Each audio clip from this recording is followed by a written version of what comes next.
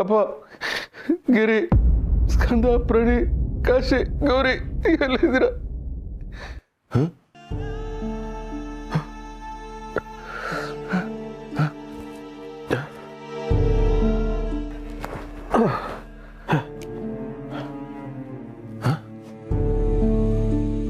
ಇದೇನಿದು? ಓ, ನಾನೇನು ಉಸಿರಾಡ್ತಾ ಇದ್ದೀನಿ ಅಂದರೆ ನಾನು ಸತ್ತಿಲ್ವಾ? ಹಂಗಾರೆ ಎಷ್ಟೊತ್ತು ಕನ್ಸ್ಕಣ್ಣ? ಅಯ್ಯೋ, ಸಾವು ಎಚ್ಚರ ಇದ್ದಾಗ ಮಾತ್ರ ಅಲ್ಲ, ಕನಸಲ್ಲೂ ಬೆಚ್ಚ ಬೀಳಿಸುತ್ತೆ ಅಂತ ಇವತ್ತು ಗೊತ್ತಾಯ್ತು. ನನ್ನ ಸಾವು ಶಿವರಾತ್ರಿಗೆ ಬರುತ್ತೆ ಅಂತ ನನಗೆ ಗೊತ್ತು. ಅದ್ರ ಬಗ್ಗೆನೇ ಯೋಚನೆ ಮಾಡ್ತಾ ಇದ್ದೀನಿ. ಯೋಚನೆ ಮಾಡ್ತಾ ಮಾಡ್ತಾ ಸಾವಿಗೆ ಹತ್ರ ಆಗ್ತಾ ಇದ್ದೀನಿ. ನನಗೆ ಇಷ್ಟು ಆಘಾತ ಆಗಿರ್ಬೇಕಾದ್ರೆ ಇನ್ನು ನನಗೇನು ಆಗಲ್ಲ. ನಾನು ಚೆನ್ನಾಗಿ ಬಾಳೆ ಬದುಕ್ತೀನಿ ಅಂತ ನಂಬ್ಕೊಂಡಿರು ನನ್ನ ಕುಟುಂಬ, ನನ್ನ ನೆಂಟರಿಷ್ಟರು, ನನ್ನ ಸ್ನೇಹಿತರು, ಇವ್ರಿಗೆಲ್ಲ ಇನ್ನೆಷ್ಟು ಆಘಾತ ಆಗಬೇಡ. ಆದರೆ ಎಲ್ಲರಿಗಿಂತ ಜಾಸ್ತಿ ಆಘಾತ ಆಗೋದು ಗಿರಿಗಲ್ಲ, ನನಗೆ ಸಾಲ ಕೊಟ್ಟವ್ರಿಗೆ. ಹಾಂ, ಒಂದು ಕೆಲಸ ಮಾಡ್ತೀನಿ, ಒಂದು ಲೆಟ್ರ್ ಬರೆದಿಟ್ಬಿಡ್ತೀನಿ. ನನಗೆ ಬರೋ ಲೈಫ್ ಇನ್ಶೂರೆನ್ಸ್ ದುಡ್ಡಲ್ಲಿ ಸಾಲ ಕೊಟ್ಟವ್ರದ್ದು ಒಂದೇ ಒಂದು ಪೈಸಾನು ಉಳಿಸ್ಕೊಳ್ಳದೆ ತೀರಿಸ್ಬಿಡಿ, ಮಿಕ್ಕಿದ ದುಡ್ಡನ್ನು ಸಂಸಾರ ನಡೆಸೋದಕ್ಕೆ ಇಟ್ಕೊಳ್ಳಿ ಅಂತ ಬರೆದಿಟ್ಬಿಡ್ತೀನಿ. ನ್ಯೂಸ್ ನೋಡುವಾಗ ಬ್ರೇಕಿಂಗ್ ನ್ಯೂಸ್ ಹೇಳೋದಕ್ಕೆ ಇನ್ನೇನು ಕೆಲವೇ ಕ್ಷಣಗಳು ಬಾಕಿ ಇದೆ, ಸುದ್ದಿಗೆ ಕ್ಷಣಗಣನೆ ಅಂತ ಹೇಳ್ತಾರೆ. ನಾನು ಅನ್ಕೊಳ್ತಾ ಇದ್ದೆ ಕ್ಷಣನೆಲ್ಲ ಯಾರಿಗೂ ಗಣನೆಗೆ ತಗೋತಾರೆ ಅಂತ. ಆದರೆ ಈಗ ಗೊತ್ತಾಗ್ತಾ ಇದೆ ಕ್ಷಣದ ಮಹತ್ವ ಏನು ಅಂತ. ಸಾವಿನ ದವಡೆಯಲ್ಲಿರೋ ಮನುಷ್ಯನಿಗೆ ಈ ಕ್ಷಣ ಬದುಕಿದ್ದೀನಲ್ಲ ಅನ್ನೋ ಒಂದು ಸಂತೋಷ, ಮುಂದಿನ ಕ್ಷಣ ಆಗಿರ್ತೀನೋ ಇಲ್ವೋ ಅನ್ನೋ ದುಃಖ. ಸಾವಿನ ಸುದ್ದಿಗೆ ಕ್ಷಣಗಣನೆ ಮಾಡ್ತಾ ಗಳಗಳನೆ ಹತ್ಬಿಡ್ಬೇಕು ಅಂತ ಅನ್ನಿಸ್ತಾ ಇದೆ. ಆದರೆ ನನ್ನ ಸಾವಿಗೆ ನಾನೇ ಅಳೋದು ಸಮಂಜಸ ಅಲ್ಲ ಅಂತ ಸುಮ್ಮನೆ ಇದ್ದೀನಿ. ಆಹಾ, ಸಾಯೋ ಟೈಮಲ್ಲಿ ಯಾರಪ್ಪ ನೆನೆಸ್ಕೋತಾ ಇದ್ದೀರಾ? ಸತ್ತ ಮೇಲೆ 2-3 ದಿನ ನೆನೆಸ್ಕೋತೀರಾ ಅಲ್ವಾ? ಮೋಸ್ಟ್ಲಿ ಯಮ ನೆನೆಸ್ಕೋತಾ ಇರ್ಬೇಕು, ಇಲ್ಲ ಯಮ ಕಿಂಕರರು ನೆನೆಸ್ಕೊಂಡು ಅಡ್ರೆಸ್ ಹುಡುಕ್ತಾ ಇರ್ಬೇಕು ನನ್ನ ಕರ್ಕೊಂಡು ಹೋಗೋಕ್ಕೆ. ಅಯ್ಯೋ, ಸಾಯೋ ಮನುಷ್ಯ ಬಿಕ್ಕಳಿಕೆಗಂತ ನೀರು ಕುಡಿದ್ರು ಕೊನೆಗಾಲದಲ್ಲಿ ಕುಡಿಸೋ ಗಂಗಾ ಜಲ ಅಂತಾನೇ ಫೀಲ್ ಆಗುತ್ತೆ.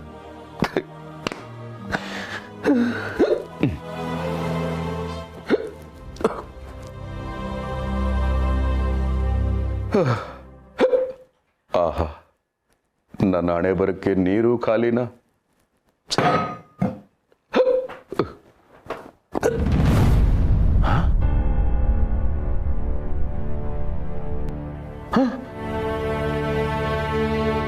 ಏನಿದು ಹಗ್ಗ? ಓ, ನನ್ನ ಕಾಲ್ಗೆ ಕಟ್ಟಿದೆ. ಯಮ ಪಾಶಾನ. ಆಹಾ, ಯಮ ಬಸ್ಸಲ್ಲಿ ಸೀಟ್ಗೋಸ್ಕರ ಕಿಟಕಿಯಿಂದ ಖರ್ಚಿಪು ಟವಲ್ ಹಾಕಿ ರಿಸರ್ವ್ ಮಾಡ್ತೀವಿ. ಆ ಥರ ನೀನು ಇದು ನನ್ನ ಬಲಿ ಅಂತ ಮುಂಚೆನೆ ನನಗೆ ಹಗ್ಗ ಕಟ್ಟಿ ರಿಸರ್ವ್ ಮಾಡಿದ್ಯಾ? ನಿನ್ನ ಸೀಟ್ಗೂ ಕಾಂಪಿಟೇಷನ್ನ ಯಮ. ಆದ್ರೂ ನಿನ್ನ ಪಾಶ ಪ್ಲಾಸ್ಟಿಕ್ ಪಾಶ ಆಗ್ಬಿಟ್ಟಿದೆಯಲ್ಲ. ಯಮಲೋಕದಲ್ಲಿ ಪ್ಲಾಸ್ಟಿಕ್ ಬ್ಯಾನ್ ಆಗಿಲ್ವಾ? ಅದು ಸರಿ, ಅಲ್ಲಿರೋನು ಮನುಷ್ಯನೇ ಅಲ್ವಾ? ಹೋಗ್ತಾ ಪ್ಲಾಸ್ಟಿಕ್ ತಗೊಂಡು ಹೋಗಿರ್ತಾನೆ. ಹಗ್ಗ ಕಾಣಿಸ್ತಾ ಇದೆ, ಯಮನೇ ಕಾಣಿಸ್ತಾ ಇಲ್ವೇ? ಯಮ, ಬರ್ತಾ ಇದ್ದೀನಿ, ಕರ್ಕೊಂಡು ಹೋಗಿ. ನನ್ನ ಗಂಡಂಗೋಸ್ಕರ ಇದಕ್ಕಿಂತ ಇನ್ನೆಷ್ಟು ಕಠಿಣವಾದ ವ್ರತ ಇದ್ರೂ ಪರವಾಗಿಲ್ಲ, ನಾನು ಮಾಡ್ತೀನಿ. ನನ್ನ ಜೀವ ತಗೊಂಡು ಅವ್ರನ್ನ ಉಳಿಸ್ಕೊಟ್ಬಿಡು ಅಂತ ನಾನು ಕೇಳ್ಕೊಳಲ್ಲ. ಯಾಕೆಂದ್ರೆ ನನ್ನ ಬಿಟ್ಟು ಅವ್ರು ಬದುಕಲ್ಲ. ಅವ್ರನ್ನ ಬಿಟ್ಟು ನಂಗೂ ಇರಕ್ಕಾಗಲ್ಲ. ನಾವಿಬ್ರು ಇಲ್ಲ ಅಂದ್ರೆ ಮಾವ ಮಕ್ಕಳು ಯಾರು ಉಳಿಯಲ್ಲ. ಅದಕ್ಕೆ ಬೇಡ್ಕೋತಾ ಇದ್ದೀನಿ, ದಯವಿಟ್ಟು ನನ್ನ ಗಂಡನ ಉಳಿಸ್ಕೊಡು. ಕೊನೆ ಪಕ್ಷ ಮಕ್ಕಳು ಬೆಳೆದು ದೊಡ್ಡವರಾಗಿ ಅವ್ರ ಕಾಲ ಮೇಲೆ ಅವ್ರು ನಿಲ್ಲೋವರ್ಗಾದ್ರು ನನ್ನ ಗಂಡ ಜೀವಂತವಾಗಿರ್ಬೇಕು ಅಷ್ಟೇ. ಕಾಪಾಡು.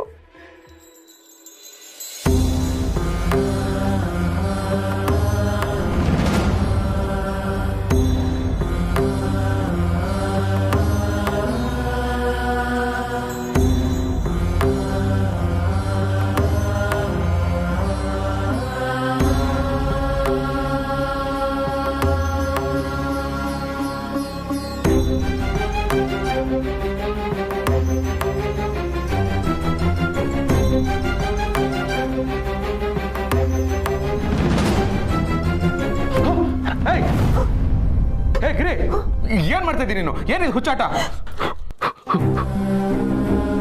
ಗಿರಿ, ಏನಿದು ಹುಚ್ಚಾಟ?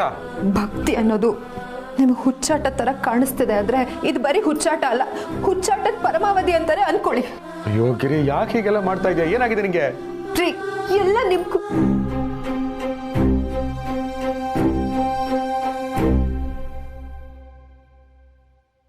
ನಿಮಗೋಸ್ಕರನೇ. ನೀವು ನಮ್ಮ ಜೊತೆ ಖುಷಿಯಾಗಿರ್ಬೇಕು ಅಂತ ಇದನ್ನೆಲ್ಲ ಹೇಳಿದ್ರೆ ನೀವೆಲ್ಲಿ ಗಾಬರಿ ಆಗಿ ಭಯ ಪಟ್ಬಿಡ್ತಿರೋ ಅಂತ. ಗಿರಿ, ನಿನ್ನೆ ಕೇಳ್ತಾ ಇರೋದು, ಯಾಕೆ ಇದೆಲ್ಲ ಮಾಡ್ತಾ ಇರೋದು? ಹೇಳಿಲ್ವಾ, ನನಗೆ ಆಸ್ತಿ ಬೇಕು, ಅಂತಸ್ತು ಬೇಕು, ಅದಕ್ಕೆ ಇದೆಲ್ಲ. ಆಸ್ತಿ ಅಂತಸ್ತ? ಗಿರಿ, ಪ್ರಯತ್ನ ಪಡದೆ ಯಾವ ಫಲನೂ ಸಿಗೋದಿಲ್ಲ. ಪರವಾಗಿಲ್ಲ, ನೀವು ಪ್ರಯತ್ನ ಪಡಿ, ನಾನು ಪೂಜೆ ಮಾಡ್ತೀನಿ. ಒಟ್ನಲ್ಲಿ ನನಗೆ ಆಸ್ತಿ ಬೇಕಷ್ಟೆ. ಯಾಕೆ ಆಸ್ತಿ ಆಸ್ತಿ ಅಂತಿದ್ದಾಳೆ? ನಾನು ಹೋಗ್ಬಿಟ್ರೆ ನೀನು ಹೇಗಿರ್ತೀಯ ಅಂತ ಭಗವಂತನೇ ಏನಾದರೂ ಗಿರಿ ಮನಸ್ಸಲ್ಲಿ ಆಸ್ತಿ ಆಸೆ ಹುಟ್ಟಿಸಿದಾನ? ಅಲ್ಲ, ಇನ್ಶೂರೆನ್ಸ್ ಅಮೌಂಟ್ ಬರುತ್ತಲ್ಲ, ಸಾಲ ಎಲ್ಲ ತೀರ್ಸಿದ್ರು ಇನ್ನೂ ತುಂಬ ಹಣ ಮಿಗುತ್ತೆ. ಅದು ಇವಳಿಗೆ ಅಲ್ವಾ?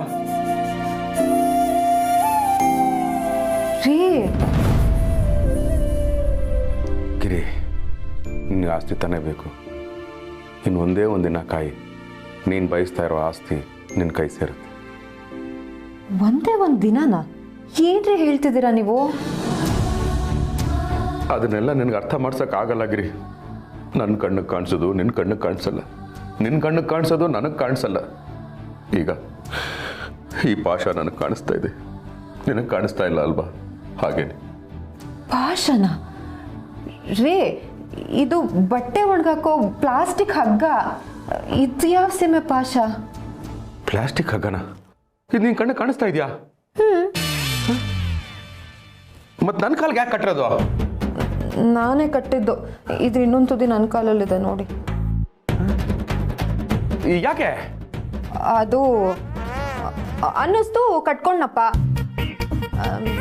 ನೀವು ತಾಳಿ ಕಟ್ಟಿದಾಗ ನಾನು ಯಾಕೆ ಅಂತ ಕೇಳಿದ್ನಾ? ಇಲ್ಲ ತಾನೆ? ಏನೋ ವಿಚಿತ್ರವಾಗಿ ಮಾತಾಡ್ತಾ ಇದೆಯಲ್ಲ ಗಿರಿ.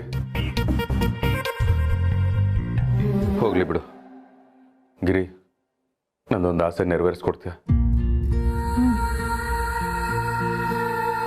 ನಿನ್ನ ಕೈ ತುತ್ತು ತಿನ್ಬೇಕು ಅಂತ ಅನಿಸ್ತಾ ಇದೆ, ಕೊಡ್ತೀಯ? ಯಾವತ್ತೂ ಈ ಥರ ಕೇಳ್ದವ್ರಲ್ವಲ್ಲ, ಇವತ್ತು ಕೇಳ್ತಿದ್ದಾರೆ ಅಂದರೆ ಅಯ್ಯೋ ದೇವ್ರೆ ದೇವ್ರೆ. ನೀನು ನನ್ನ ಗಂಡನ ಉಳಿಸ್ಲಿಲ್ಲ ಅಂದರೆ ನಾನು ಏನು ಮಾಡ್ತೀನೋ ನನಗೆ ಗೊತ್ತಿಲ್ಲ ಅಷ್ಟೇ.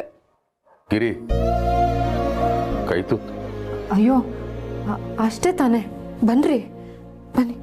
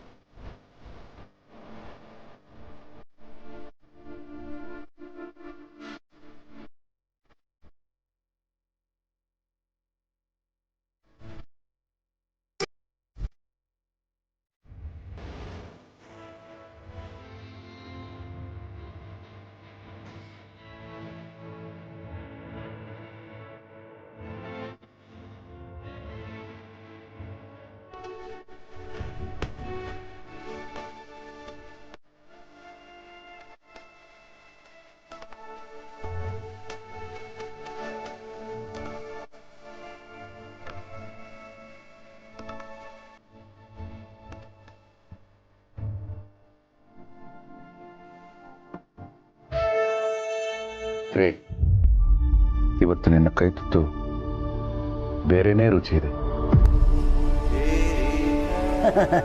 ಅದು ಅಮೃತ ಕಣೋ. ಒಳ್ಳೆ ಮನಸ್ಸಿಂದ ಗಿರಿಜ ಕೈ ತುತ್ತು ಕೊಡ್ತಿದ್ದಾಳಲ್ಲ, ಅದು ಅಮೃತನೇ.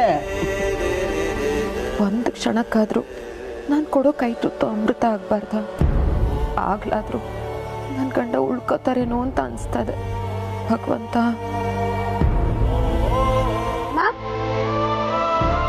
ಯಾಕೆ ಹೇಳ್ತಿದ್ಯಾ?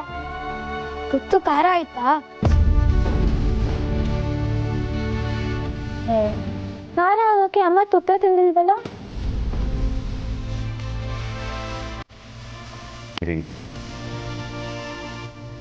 ನಾನು ತಿನ್ನಿಸ್ಲಾ? ಏನ್ರಿ ನೀವು ಕೇಳ್ತಿದ್ದೀರಲ್ಲ, ತಿನ್ಸಿ.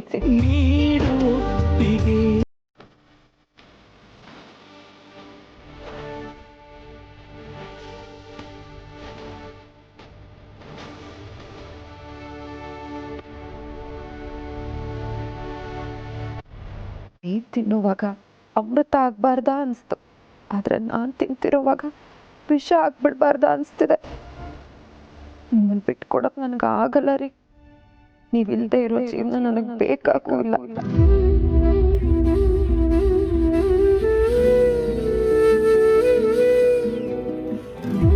ತಾತ, ಅಲ್ಲಿ ನೋಡು, ಅಪ್ಪ ಅಮ್ಮ ಒಬ್ರನ್ನೊಬ್ರು ಹೀರೋ ಅಂತರ ನೋಡ್ತಿದ್ದಾರೆ. ನೋಡ್ಲಿ ಬಿಡು, ಅವ್ರ ಹೀರೋಯಿನ್ನೇ. ಕಂದ, ಇವಾಗ ಏನಾದರೂ ಅಕ್ಕ ನಿನ್ನ ಮದುವೆ ಆದರೆ ಭಾವನು ನಿನ್ನ ಹಿಂಗೆ ನೋಡ್ತಾನ ಅಂತೆಲ್ಲ ಕೇಳ್ಬಿಡ, ಮೊದಲೇ ಹೇಳಿದ್ದೀನಿ. ಕೇಳಿಸ್ಕೊಂಡ್ಯಾ ತಾತ? ಅಕ್ಕಂಗೆ ಮದ್ವೆ ಆಗೋ ಆಸೆ ಬಂದೆ ಈ ತರ ಎಲ್ಲ ಮಾತಾಡ್ತಿರೋದು. ನಾನು ಏನಾದ್ರೂ ಕೇಳದ್ನಾ? ಇಲ್ಲ ತಾನೆ, ಅವಳೇ ಕೇಳಿದ್ದು. ಯಾವಾಗಲೂ ನೀನೇ ಹಿಂಗೆ ಮಾತಾಡೋದು, ಅದಕ್ಕೆ ನಾನೇ ಮೊದಲು ಹೇಳಿದೆ. ನೋಡಮ್ಮ ಇವನ್ನ. ಅಮ್ಮ ಕರ್ದ್ಯಾ? ಏನಿಲ್ಲಮ್ಮ, ನೀವು ಮುಂದುವರ್ಸಿ. ಮುಂದುವರ್ಸೋಕ್ಕೆ ನನಗೂ ತುಂಬ ಆಸೆಪ್ಪ, ಆದರೆ ಟೈಮ್ ಇಲ್ಲ. ಏನ್ರಿ ಹೀಗಂತಿದ್ದೀರಾ? ಅಯ್ಯೋ, ಅಯೋಗ್ಯ ಕಣಮ್ಮ, ಹೇಳಿದ್ರು ಅರ್ಥ ಆಗಲ್ಲ, ಬರೀ ಇಂಥ ಮಾತುಗಳೇ. ಅಂದರೆ ಅಪ್ಪ, ಊಟ ಮುಂದುವರ್ಸೋಕ್ಕೆ ಹೊಟ್ಟೆಯಲ್ಲಿ ಜಾಗ ಇಲ್ಲ, ಜೊತೆಗೆ ನಿದ್ದೆ ಬರ್ತಾ ಇದೆ, ಅದಕ್ಕೆ. ಏನಿಲ್ಲ, ತುತ್ತಿನೋಷ್ಟು ಜಾಗ ನಿನ್ ಹೊಟ್ಟೆಲ್ ಕಾಣಿಸ್ತಿದೆ ನಂಗೆ, ಅಲ್ವಾ ಅಕ್ಕ? ಒಂದಲ್ಲ 2 ತುತ್ತು. 2 ಅಲ್ಲ 3 ತುತ್ತು ನೋಡು, ಆ ಹೊಟ್ಟೆ ಮೂಲೆಯಲ್ಲಿ ಕಾಲಿದೆ. ಹೋತಾದ 3 ತುತ್ತು, ನಮ್ಮ 3 ಜನರಿಂದ 3 ತುತ್ತು ಕಣವ. ತಿನ್ನಕೊಂದ ಪುಟ್ಟ ಪುಟ್ಟ.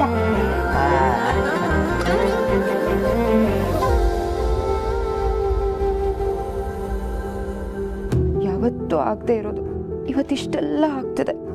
ಯಾಕೋ ತುಂಬ ಭಯ ಆಗ್ತಿದೆ. ಭಗವಂತ, ನೀ ನನ್ನ ಕೈ ಬಿಟ್ಯೋ, ನಾನು ಸುಮ್ಮನೆ ಬಿಡಲ್ಲ ನಿನ್ನ, ಅಷ್ಟೇ. ಏನೋ ಒಂದು ಮಿಸ್ ಮಾಡ್ಕೊಳ್ತಿದ್ದೆ ಅಂತ ಅನ್ನಿಸ್ತಿತ್ತು, ಆದರೆ ಇವ್ರ ಜೊತೆ ಕೈ ತುತ್ತಿಂದು ಭೂಲೋಕದಿಂದ ಸ್ವರ್ಗಕ್ಕೆ ಬುತ್ತಿ ಕಟ್ಕೊಂಡು ಹೋಗ್ತಿದ್ದೀನಿ ಅಂತ ಅನಿಸ್ತಾ ಇದೆ. ಮನಸ್ಸಿಗೆ ಈಗ ನೆಮ್ಮದಿ ಆಯಿತು.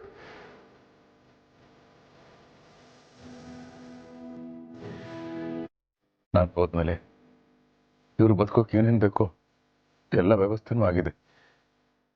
ಮಕ್ಕಳನ್ನ ಕಾಶಿ ಗೌರಿ ಚೆನ್ನಾಗಿ ನೋಡ್ಕೋತಾರೆ. ಇನ್ನು ನನಗೆ ಯಾವ ಚಿಂತೆನೂ ಇಲ್ಲ. ನೆಮ್ಮದಿಯಾಗಿ ಹೋಗ್ತೀನಿ. ಅಪ್ಪ ಹೇಳ್ತಿರ್ತಾರೆ, ಮಹಾಶಿವರಾತ್ರಿ ದಿನ ಪ್ರಾಣ ಬಿಟ್ರೆ ನೇರವಾಗಿ ಕೈಲಾಸಕ್ಕೆ ಹೋಗ್ತಾರೆ ಅಂತ. ನನ್ನ ನಿನ್ನ ಜೊತೆನೇ ಕೈಲಾಸ ಕರ್ಕೊಂಡು ಹೋಗು ಭಗವಂತ. ನಿನಗೋಸ್ಕರ ನಾಳೆ ಕಾಯ್ತಾ ಇರ್ತೀನಿ. ನನ್ನ ಜೀವ ತಗೊಂಡು ಹೋಗೋಕ್ಕೆ ನೀನೇ ಬರಬೇಕು.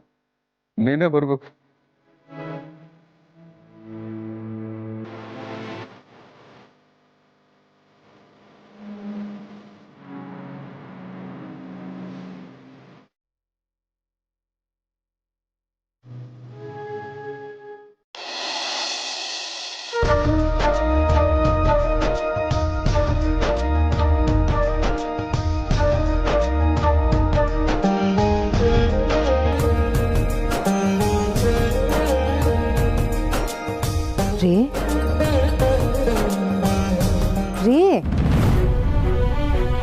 ಏನ್ರಿ ಇದು? ಪ್ರತಿ ಹಬ್ಬದಲ್ಲೂ ನಾನೇ ನಿಮಗೆ ಎದ್ದೇಳ್ರಿ ರೆಡಿಯಾಗಿ ಅಂತ ಬಡ್ಕೊಂಡ್ರು ಕಾಯಕವೇ ಕೈಲಾಸಗಿರಿ ಅಂತ ಮಲ್ಗೆ ಇರ್ತಾ ಇದ್ರಿ. ನಿಮ್ಮನ್ನ ಎಪ್ಸಿ ಸ್ನಾನ ಕಳಿಸೋಷ್ಟೊತ್ತು ನನಗೆ ಸಾಕಾಗಿ ಹೋಗ್ತಾ ಇತ್ತು. ಆದರೆ ಇವತ್ತು ನೀವೇ ಬೇಗ ಎದ್ದು ಸ್ನಾನ ಮಾಡಿ ಪೂಜೆ ಮಾಡಿ ವಿಭೂತಿನೂ ಹಚ್ಕೊಂಡ್ಬಿಟ್ಟಿದ್ದೀರಲ್ಲ. ಎಲ್ಲ ದಿನಗಳು ಹಾಗಲ್ವಲ್ಲ ಗಿರಿ. ಇವತ್ತು ನನ್ನ ಬದುಕಲ್ಲಿ ವಿಶೇಷವಾದ ದಿನ. ನಿಮ್ಮ ಬದುಕಿಗೆ ಮಾತ್ರ ಅಲ್ಲ ರೀ, ಶಿವನನ್ನ ಆರಾಧನೆ ಮಾಡೋ ಎಲ್ಲರಿಗೂ ಇವತ್ತು ವಿಶೇಷನೇ. ಅದು ಸರಿ, ಆದರೆ ನನ್ನ ಬದುಕಿಗೆ ಅದಕ್ಕೂ ಮೀರಿದ ವಿಶೇಷ ಇದೆ. ಈಶ್ವರ ಬರ್ತಾನೆ, ನಾನು ಹೋಗ್ಬೇಕು. ಅಯ್ಯೋ ಈಶ್ವರನ? ನಿಮ್ಮ ಸಪ್ಲೈಯರ್ ತಾನೆ ರೀ. ಹೊತ್ತು ಗೊತ್ತು ಇಲ್ವೇನ್ರಿ? ರಜೆ ದಿನನೂ ಯಾಕ್ರಿ ಕೆಲಸ ಮಾಡಿಸ್ಕೋಬೇಕು ನಿಮ್ಮ ಹತ್ರ?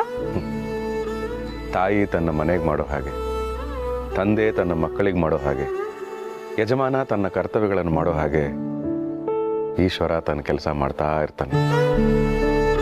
ಆ ಕೆಲಸಕ್ಕೆ ಬಿಡುವೂ ಇಲ್ಲ, ರಜಾನೂ ಇಲ್ಲ, ಸಂಬಳನೂ ಇಲ್ಲ. ಅಲ್ಲ ರೀ, ಬಿಡುವಿಲ್ಲ, ರಜಾ ಇಲ್ಲ, ಸಂಬಳ ಇಲ್ಲ ಅಂತ ಕೆಲಸ ಯಾಕ್ರಿ ಮಾಡಬೇಕು? ಈ ಕಂಪ್ನಿ ಬಿಟ್ಟು ಬೇರೆ ಕಂಪ್ನಿಗೆ ಸೇರ್ಕೊಳ್ಳೋದಕ್ಕೆ ಹೇಳಿ. ಈಶ್ವರನಿಗೆ ಬೇರೆ ಕಂಪನಿನ? ರೀ, ನೀವು ಯಾವ ಈಶ್ವರನ ಬಗ್ಗೆ ಮಾತಾಡ್ತಿದ್ದೀರಾ ಹೇಳಿ? ಪರಮೇಶ್ವರನ ಬಗ್ಗೆ. ರೀ, ಯಾಕೇನೇನೋ ಮಾತಾಡ್ತಿದ್ದೀರಾ? ಏನಾಗಿದೆ ನಿಮಗೆ? ನೀವು ನಡೀರಿ, ಒಳಗಡೆ ನಡೀರಿ. ನೀವು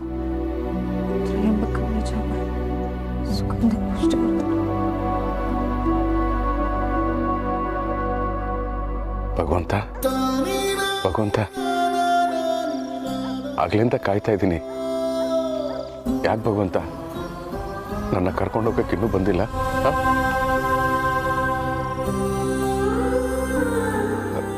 ಭಗವಂತ, ನಾನೇನಾದ್ರೂ ತಪ್ಪು ಮಾಡಿದ್ದೀನ? ನನ್ನ ಮೇಲೆ ಕೋಪನಾ? ಹಾಗೇನಾದ್ರು ತಪ್ಪು ಮಾಡಿದ್ರೆ ಕ್ಷಮಿಸ್ಬಿಡು ಭಗವಂತ, ಕರ್ಕೊಂಡೋಗು. ಅಥವಾ ನನ್ನ ಸ್ನೇಹಿತ ಸಾಯ್ತಾನೆ ಅಂತ ಬೇಜಾರ, ನೋವ? ಹಾಗೆಲ್ಲ ಏನೂ ಆಗಲ್ಲ ಭಗವಂತ. ನಾನು ಸತ್ರು ನಿನ್ನೊಳಗೆ ತಾನೇ ಸೇರ್ಕೊಳ್ತೀನಿ.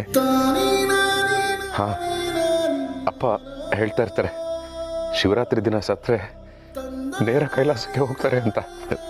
ಬಾ ಭಗವಂತ, ತಡ ಮಾಡಬೇಡ. ನನಗೆ ಸಮಯ ಪ್ರಜ್ಞೆ ಕಲಿಸಿ ನೀನು ತಡ ಮಾಡ್ಬೋದಾ? ಹಾಂ, ಮಾತು ತಪ್ಪಾರ್ದು ಅಂತ ಯಾವಾಗಲೂ ನನಗೆ ಹೇಳ್ತಾ ಇರ್ತೀಯ. ಅಂಥದ್ರಲ್ಲಿ ನೀನು ಮಾತು ತಪ್ಪೋದಾ? ನೋಡು, ಬೆಳಗ್ಗೆನೇ ಎದ್ದು ರೆಡಿಯಾಗಿ ಪೂಜೆ ಎಲ್ಲ ಮಾಡಿ ಕಾಯ್ತಾ ಇದ್ದೀನಿ. ಬೇಗ ಬಾ ಭಗವಂತ, ನನ್ನ ಕರ್ಕೊಂಡು ಹೋಗು. ಸಾವಿನಿಂದ ಆಚೆ ನಮ್ಮ ಬದುಕೇನಿದೆ ಅಂತ ನನಗೂ ತಿಳ್ಕೊಳ್ಳೋ ಆಸೆ. ಬಾ ಭಗವಂತ. ಭಕ್ತಿಯಿಂದ ಬೇಡ್ಕೊಂಡ್ರೆ ಬರ್ತೀಯಾ? ಸರಿ, ಹಾಗೆ ಬರ್ತೀನಿ. ಓಂ ನಮಃ ಶಿವಾಯ, ಓಂ ನಮಃ ಶಿವಾಯ, ಓಂ ನಮಃ ಶಿವಾಯ, ಓಂ ನಮಃ ಶಿವಾಯ.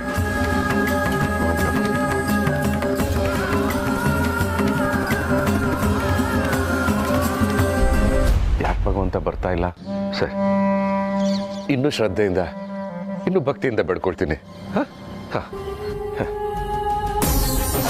ಓಂ ನಮಃ ಶಿವಾಯ, ಓಂ ನಮಃ ಶಿವಾಯ, ಓಂ ನಮಃ ಶಿವಾಯ, ಓಂ ನಮಃ ಶಿವಾಯ, ಓಂ ನಮಃ ಶಿವಾಯ,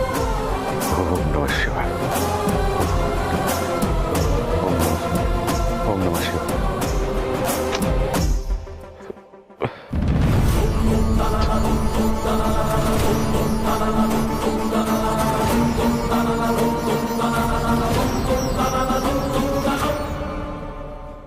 ಕಂದ, ಬೇಜಾರು ಮಾಡ್ಕೊಡ ಪುಟ, ಇನ್ನು ಸ್ವಲ್ಪ ಹೊತ್ತು ಅಷ್ಟೇ.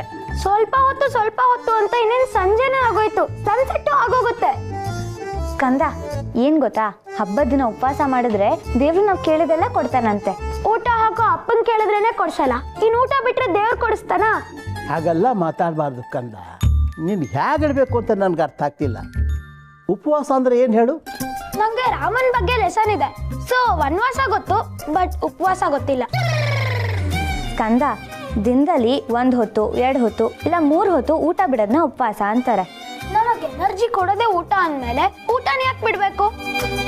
ಕಂದ, ನಾವು ಬದುಕೋದಕ್ಕೆ ಕಾರಣ ನೀರು ಗಾಳಿ, ಹಾಗೆ ಊಟನೂ ಕಾರಣ. ಇಡೀ ಜಗತ್ತನ್ನೇ ಸಾಕಿ ಸಲಹುತ್ತಿರುವ ಆ ಭಗವಂತನ ಹತ್ರ ಅಪ್ಪ ತಂದೆ, ನಮ್ಮ ನಾಲಿಗೆ ರುಚಿಯನ್ನು, ನಮ್ಮ ಹೊಟ್ಟೆ ಬಾಕತನವನ್ನು ಸ್ವಲ್ಪ ಹೊತ್ತು ಬಿಡ್ತೀವಿ. ಇದು ನಾನು ನಿನಗೆ ಸಲ್ಲಿಸುತ್ತಿರುವ ಭಕ್ತಿಯ ಒಂದು ರೂಪ ಅಂತ ಹೇಳಿ ಕಣ್ಣ ಮುಂದೆ ಪಂಚಭಕ್ಷ ಪರಮಾನ್ನ ಇದ್ದರೂ ಸಹ ಆ ಕಡೆ ಗಮನ ಕೊಡದೆ ಮನೋನಿಗ್ರಹ ಮಾಡಿ ಉಪವಾಸ ವ್ರತ ಮಾಡದೆ ಅವನಿಸ್ತೀವಿ.